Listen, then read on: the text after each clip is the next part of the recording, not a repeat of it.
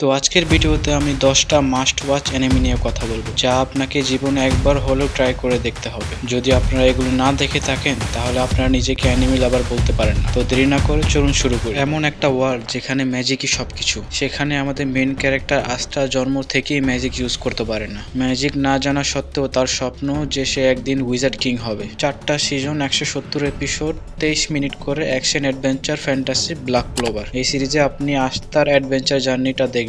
Magic anime লাভারদের জন্য এটা must watch. এই অ্যানিমেটা anime of the year award পেয়েছে এবং ক্রাঞ্চিরোলের সবচেয়ে বেশি দেখা অ্যানিমে হলো এটা। সোলো লেভেলিং এ দেখানো হয়েছে একটা ছেলে জিরো থেকে হিরো হওয়ার গল্প। অ্যানিমের কনসেপ্টটা অনেক ইউনিক হওয়ার কারণে প্রথম এপিসোড থেকে এটা আপনাকে হুক করে ফেলবে। অ্যানিমেতে মেইন ক্যারেক্টার অনেক বেশি ওভার পাওয়ার দেখানো হয়েছে, যার ফলে আমি ক্যারেক্টারের সাথে কানেক্ট হতে পারিনি। কিন্তু এই অ্যানিমেটা অ্যাকশন একদম টপ ছিল। অ্যাকশন লাভারদের জন্য এটা মাস্ট ওয়াচ। 2টা সিজন, 25 এপিসোড, 25 মিনিট করে অ্যাকশন ফ্যান্টাসি সোলো লেভেল। এই অ্যানিমেটা আমার দেখা সর্বপ্রথম অ্যানিমে।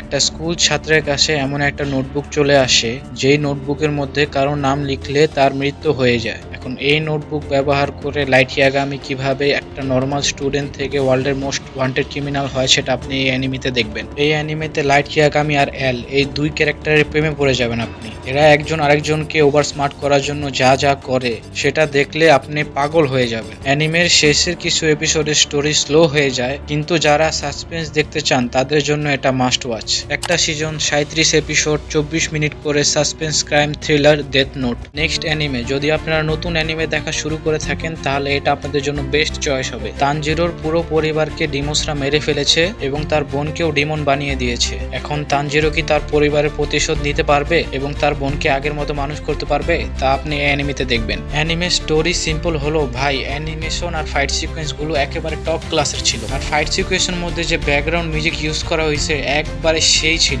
একটা movie, 4 season, 63 episode, dark fantasy adventure Demon Slayer. Number 6 এর অ্যানিমে আমার দেখা বেস্ট স্পোর্টস অ্যানিমে। আমি আগে ভলিবল তেমন পছন্দ করতাম না, কিন্তু এই অ্যানিমে দেখার পর আমি ভলিবলের প্রেমে পড়ে গিয়েছি।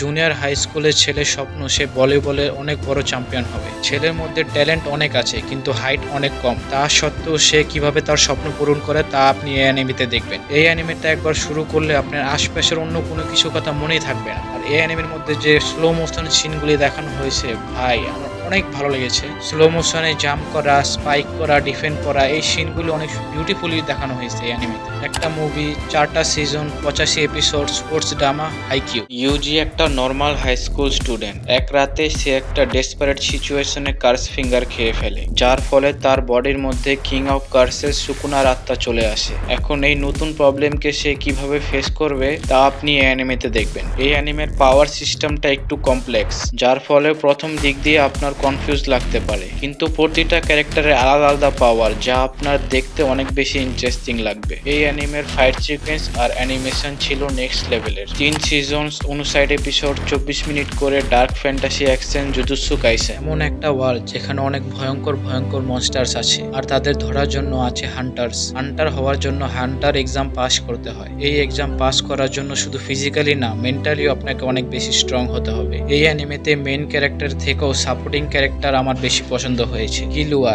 এই ক্যারেক্টারটা স্টোরিতে ইন্ট্রোডিউস হওয়ার পর থেকে আমার মন জয় করে ফেলেছে। 6 সিজন, 148 এপিসোড, 24 মিনিট করে action adventure fantasy Hunter x Hunter. 3 নম্বর অ্যানিমেটা অনেক লং হওয়ার কারণে বেশিরভাগ মানুষই এটা স্কিপ করে দেয়, কিন্তু ভাই আপনারা যে কি মিস করছেন, যদি এটা এক্সপিরিয়েন্স না করেন তাহলে বুঝতে পারবেন না। লুফির ছোটবেলা থেকেই স্বপ্ন যে সে কিং অফ দ্য পাইরেটস হবে। এখন তার এই জার্নিতে কি কি হয় তা আপনি এই অ্যানিমেতে দেখবেন। এই রকমের ক্যারেক্টার আর ওয়ার্ল্ড বিল্ডিং আমি অন্য কোনো অ্যানিমেতে দেখিনি। আর এই অ্যানিমের প্রতিটা ক্যারেক্টারকে এত বিউটিফুলি লেখা হয়েছে যে আপনি প্রত্যেকটা ক্যারেক্টারের সাথে কানেক্ট হয়ে যাবেন। 22 সিজন, 1160 এপিসোড, 24 মিনিট করে action adventure One Piece. Next অ্যানিমের ব্যাপারে আগে থেকে ওয়ার্নিং দিয়ে দেই, একবার শুরু করলে শেষ করা ছাড়া নিজেকে থামাতে পারবেন না। নারুটোর হোকাগে হওয়ার জার্নিতে তাকে কি কি চ্যালেঞ্জেস ফেস করতে হয় তা আপনি এই অ্যানিমেতে দেখবেন। নারুটো, কাকাশি আর ইটাচি, এই 3টা ক্যারেক্টারের প্রেমে পড়ে যাবেন আপনি। আর প্রতিটা নতুন মিশনে নতুন চ্যালেঞ্জেস আর নতুন ভিলেন। আর অ্যাকশন সিনগুলো প্রতিটা এপিসোডে এক লেভেল করে উপরে যাচ্ছে। প্রতি 2 মিনিটের স্টোরিতে নতুন টুইস্ট যা আপনাকে পুরো এপিসোড